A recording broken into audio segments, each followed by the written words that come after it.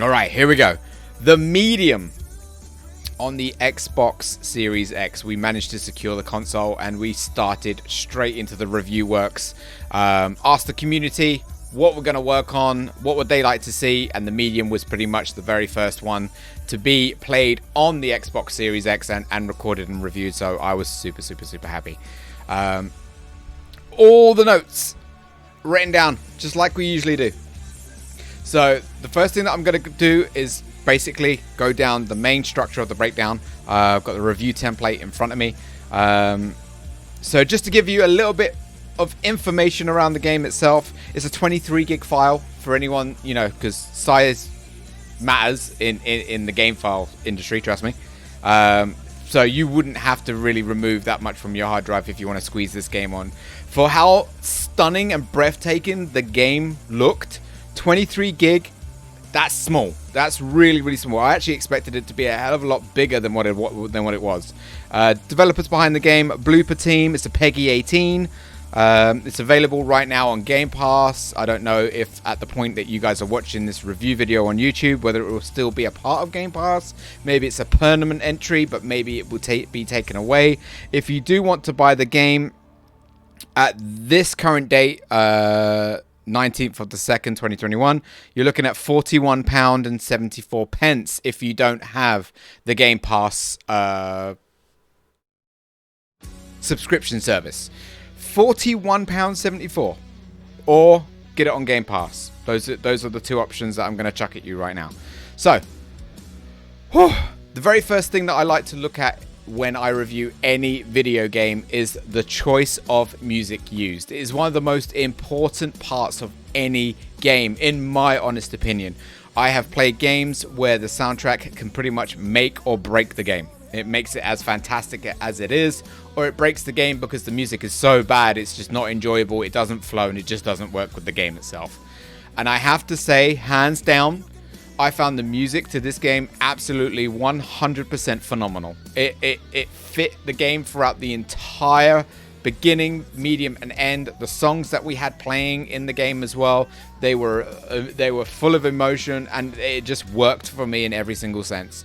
I cannot fault the soundtrack and the audio that they used in this game one single bit. I heard no audio issues whatsoever. I didn't hear any audio bugs whatsoever. And in regards to the voice acting, absolutely loved it. The vocals were clear, they were understandable. Even though I did have the subtitles up, I always do have the subtitles up just in case during the dialogue someone that's watching the stream at the time they didn't hear what was said, and they can at least catch it in the subtitles down below. So in terms of audio aspect throughout the entire game, soundtrack, audio effects, and voice acting, everything was just on point. It sounded absolutely fantastic, and I can't fault it at all. To give you a good rough timing, we did about 6-7 hours yesterday of playing the game, and today we did just over 4 hours. So I put a lot of time into the actual review itself. And anyone that knows me, you know, I try to 100% as much as I can. I try to find everything and anything and do as much as possible. Graphics, texturing, and weather effects. Now, this game is absolutely breathtaking. I can understand why this game wouldn't work on even an Xbox Series X, especially when the screens are split or vertically or horizontally, and you're playing out two realities, the real world and the spirit world. And both those scenes have a completely different environment, a completely different background, so I can actually understand why this game wasn't put through to the Xbox One X, because I with everything that was going on at once, the console probably wouldn't have been able to handle it well at all, and it might have been a situation like Cyberpunk, you know, where the game kind of works for the new generation of consoles, but it was completely and utterly unplayable and broken on the older gen, so they just didn't bother. They just kept it for the new technology, and I have to say, this game, like I said, this game is so beautiful. It is breathtaking in certain scenes at how good this game looks.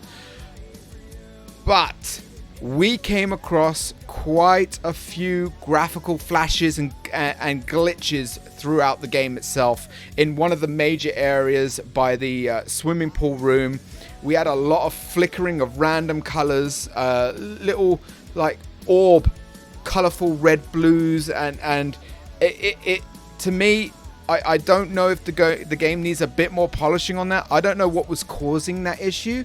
But there were definitely flickering graphical orb glitches going on quite a lot of the time during that specific area of the game.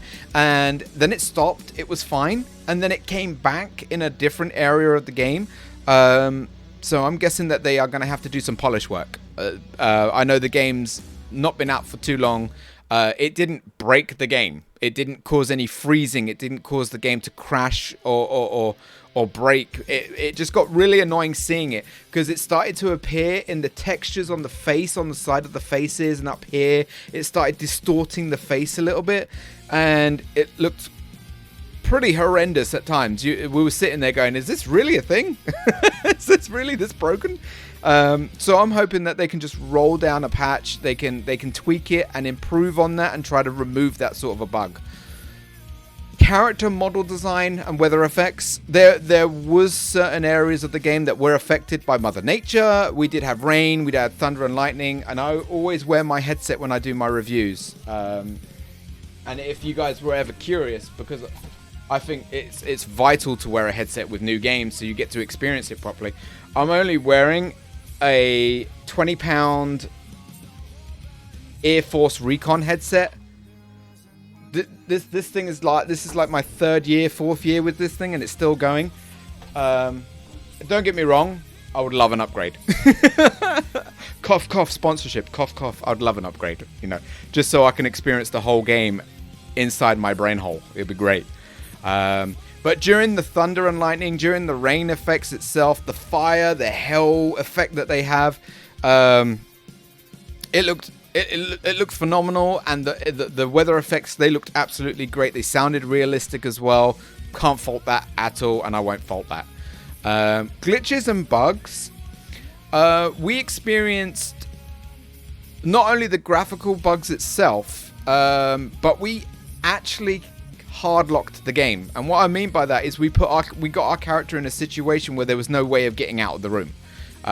In the water facility, where you have to manage the water levels of the rooms, I left the electronic on the floor on, and I solved the puzzle, but I locked the left chamber room, which meant I couldn't get out of that room at all. So I had to reload before then and make sure I didn't do that. We tried for about 15-20 minutes of getting out that room, and I could not leave the room. It was completely locked. That stuff should never happen at all in the game. That should never ever be even a thing. The game should have given us the ability to reuse the panel system so we could divert the water flow to the right side so we could escape through the left area of the map and then through the center to complete the level. I really think that urgently needs looking into, and find out whether or not, if maybe just patch the whole thing and get it all fixed, or just remove the panel from the wall. I don't know. But those are the only two things that we pretty much had throughout the game that I would say were a nuisance. Every now and again, the game wouldn't understand the button registry. You have to hold RB to use her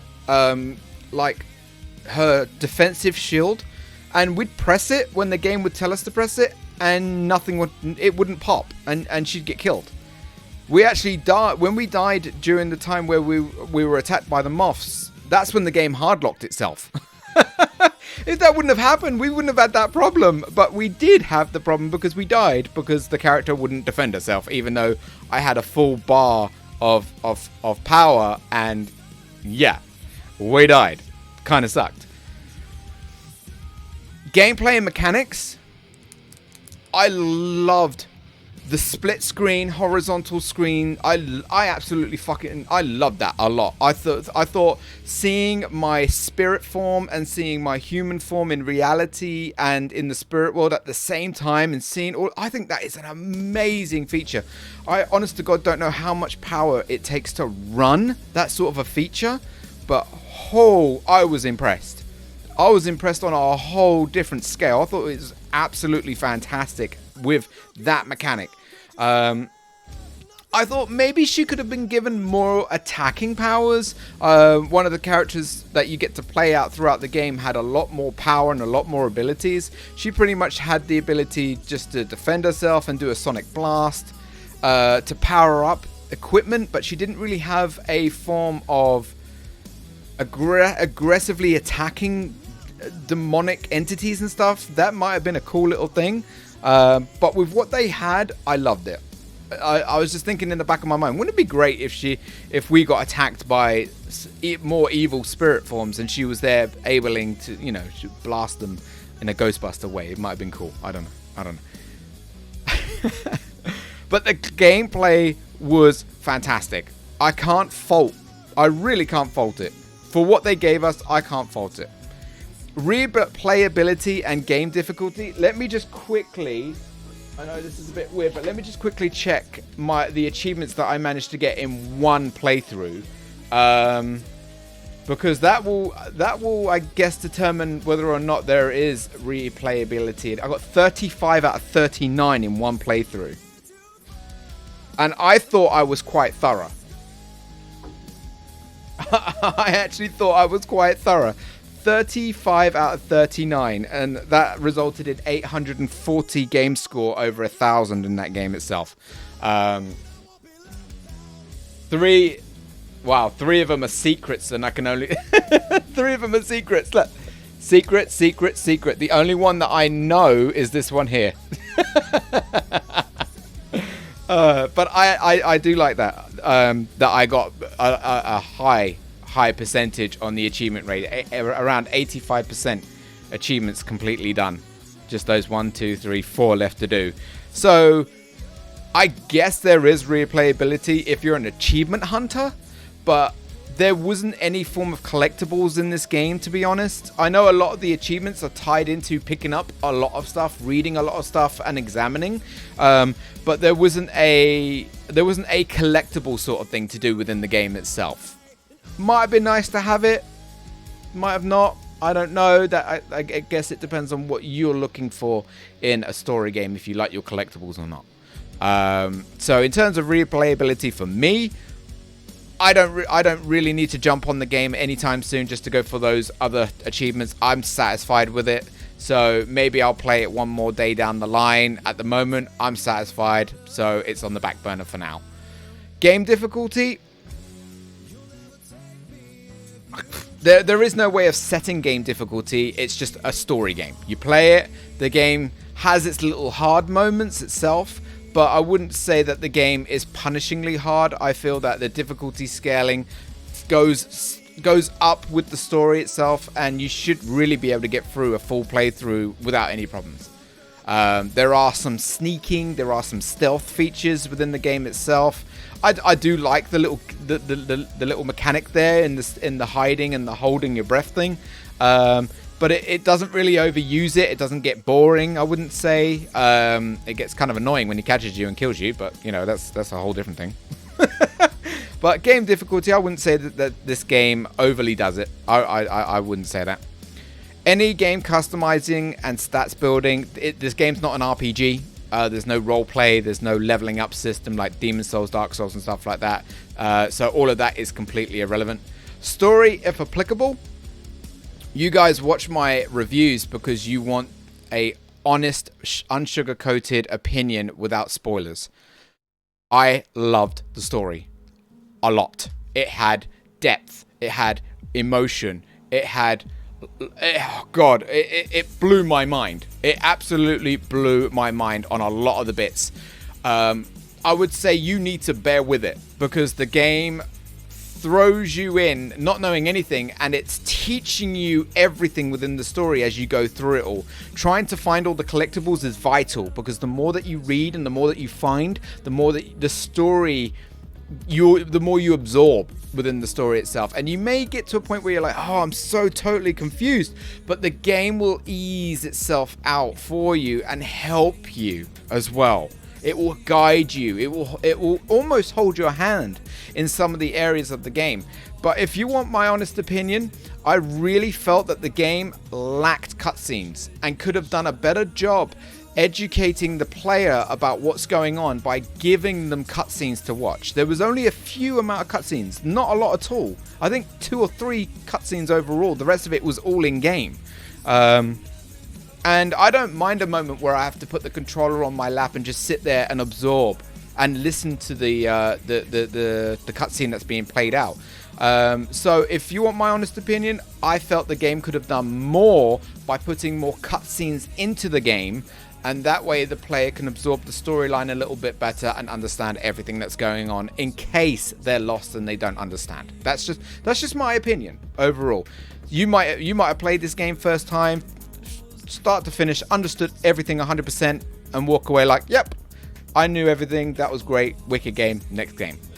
But sometimes I get lost sometimes in stories, especially when there's so much information to absorb, and I feel cutscenes are a great filler just to give us that information, just to help us along.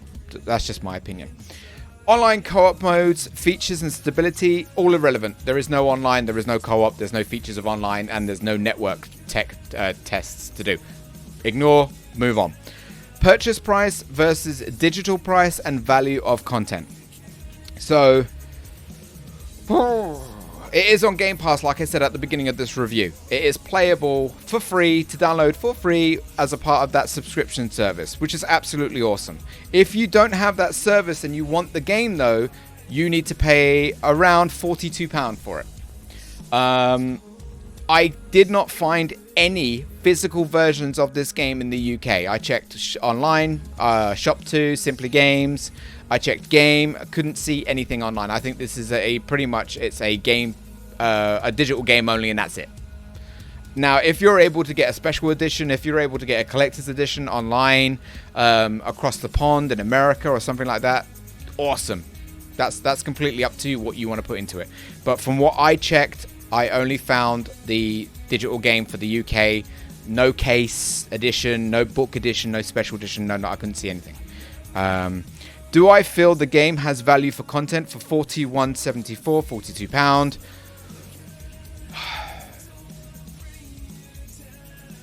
Yes. I would say yes.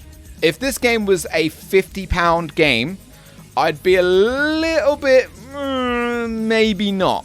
But as it's closer to the £40 mark, almost at a comfortable $39.99, which I would have been very happy to pay. I think that is a very good price point, $39.99. I wouldn't say that the price is over the top, in my honest opinion. That's at the time of recording this video. It will obviously go down over time, and hopefully you get yourself a nice bargain. But I do feel that there is value for content 100%, and I felt that the pricing that they wanted without the subscription service is fair, my opinion. Microtransactions and any DLC, there are no microtransactions, and if there is any DLC content for the story going forward, we'll have to wait. I'm not going to say anything, because I don't want to ruin it for you and I don't want to spoil it for you. But that's the initial structure breakdown that we go through. Pretty much anything else that we need to talk about is what I've got written down. Some of it might be repeats, so just bear with me. The subtitle customizing to indicate talkers by color. I love that. If you go into the options at the beginning of the game, you can actually customize the subtitles font, size, and color to show you who's talking, so it's easier to understand. I love that little feature. Thank you for sticking it in there, because it does help a lot of people who are hearing loss issues and stuff like that. I thought it was an absolute great idea. The film grain effect in the item menu looked terrible. At the beginning of the game, I didn't really notice it too much later on because I was trying really hard to not pay any attention of it. When I was picking items up and I was in my item inventory screen, there was a hell of a lot of film grain fuzz. And it looked horrible. It looked awful. If that is a thing, patch it and just remove it because it's an awful thing. Just get rid of it. It looked crap. It really did. I actually need to see if my VOD captured it as well, because that, if it did, then yeah, please patch it and get rid of that crap. Flickering colors, the glitching I've already talked about. The split screen active during reality and spirit world, we've already talked about that mechanic. A few more cutscenes would have helped the player to understand the story in case they got lost. Here's a big killer.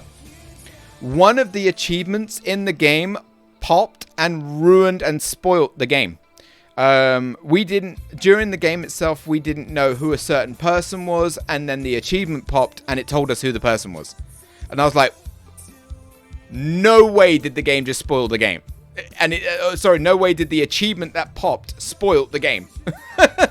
The achievement had the person's name in the bloody achievement. Who thought that was a good idea? Who thought, you know what? Let's put the person's name in the achievement. Bravo! The achievement told me who the person was before the game did. Bravo! Well done. Fix that. Fix that. Not being able to run at a faster pace unless the game allows it. That got kind of annoying because at times I wanted to get from A to B faster and the game's like, no, you can only go at jogging speed. So enjoy the delay. The game hard locking, don't need to talk about that. We've already said that. Fantastic soundtrack. I do like the fact, and I think all games should do this. I genuinely feel every single game should have this. It had a in-game review system at the end of the credits, where the gamer had the ability to give it a rating and also leave their feedback. That is amazing. Put that in every game. Please, it would be great. It would be awesome for the developers to get a massive amount of feedback during their games so they can help repair, fix, modify, correct, and look into options about making their products better for the gamers. I thought that was amazing. Good job in sticking that in there. Game ends at I'm not really going to finish that sentence off because I don't want to say anything. On the main menu after you completed the game, it would have been nice. This is just a little nitpick. Well, I wouldn't say a nitpick. It would have been a nice feature to add. That's all I'm going to say. There was no special features to showcase any artwork within the game, any model design or any stage designs. There are quite a lot of games out there that will have a special feature that will maybe unlock when you complete the game. Sometimes it's already unlocked, but all the things are padlocked so you can't see them, so it won't spoil the game.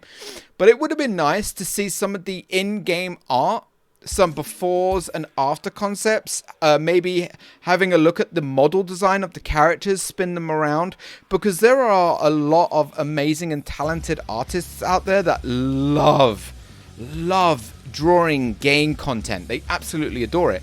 And I think having model features where you can see all the characters in the 3D design, you can spin them around, zoom in, zoom out, where you can also see the level designs as well, in like black and white and color, before and after concepts. I think that is it would work for a game like this. That's all I'm saying. You're just adding a little bit extra in there for the gamers to look at once they're done completing the game, and if they are artists themselves, to get some ideas about drawing up some characters themselves. That's all I'm saying. Why is that photo like that? Did no one tell me that thing was on its side? Come on, guys. I just noticed it out the blue of my eye. But that is the rundown. That's the breakdown that we've gotten. Did Rappel say it? Oh, my bad. My bad. Now, the important bit. The scoring and the recommendation. The scoring and the recommendation. I'll do the easiest one first. Do I recommend this game to people? Would I recommend this game to people? Oh, hell yes. 100%. 100% I would recommend this game to anyone and everyone that loves their story games. Honest to God, if you've got the chance to give this a go, give it a go. It's fantastic. The story is so good. If you like your books, if you like your movies, and if you just love a good story, you'll love it. What would I rate it out of 10? If we was to highlight the bad things, just for now, because it is a review, I don't sugarcoat stuff. The biggest things that wound me up the most, the graphic glitches, the biggest killer, the game hard locking on us, that was annoying as hell. But that would really be it. That would really, really be it. Just those two key things there. Everything else is just little nitpicking. Just little. But the game's glitching effect, didn't like it at all. The film grain effect in the inventory, ugh, no, remove that. Fix that, please. It was horrible. But those are the only two things. The only two things that I would say are annoying and need fixing. Everything else I was very happy with, pretty much. And this scoring is going to be based on the fact that I absolutely enjoyed the hell out of the story. I want to know more. I want to know what's next, you know. It blew my mind. So I'm confident, I'm happy giving the medium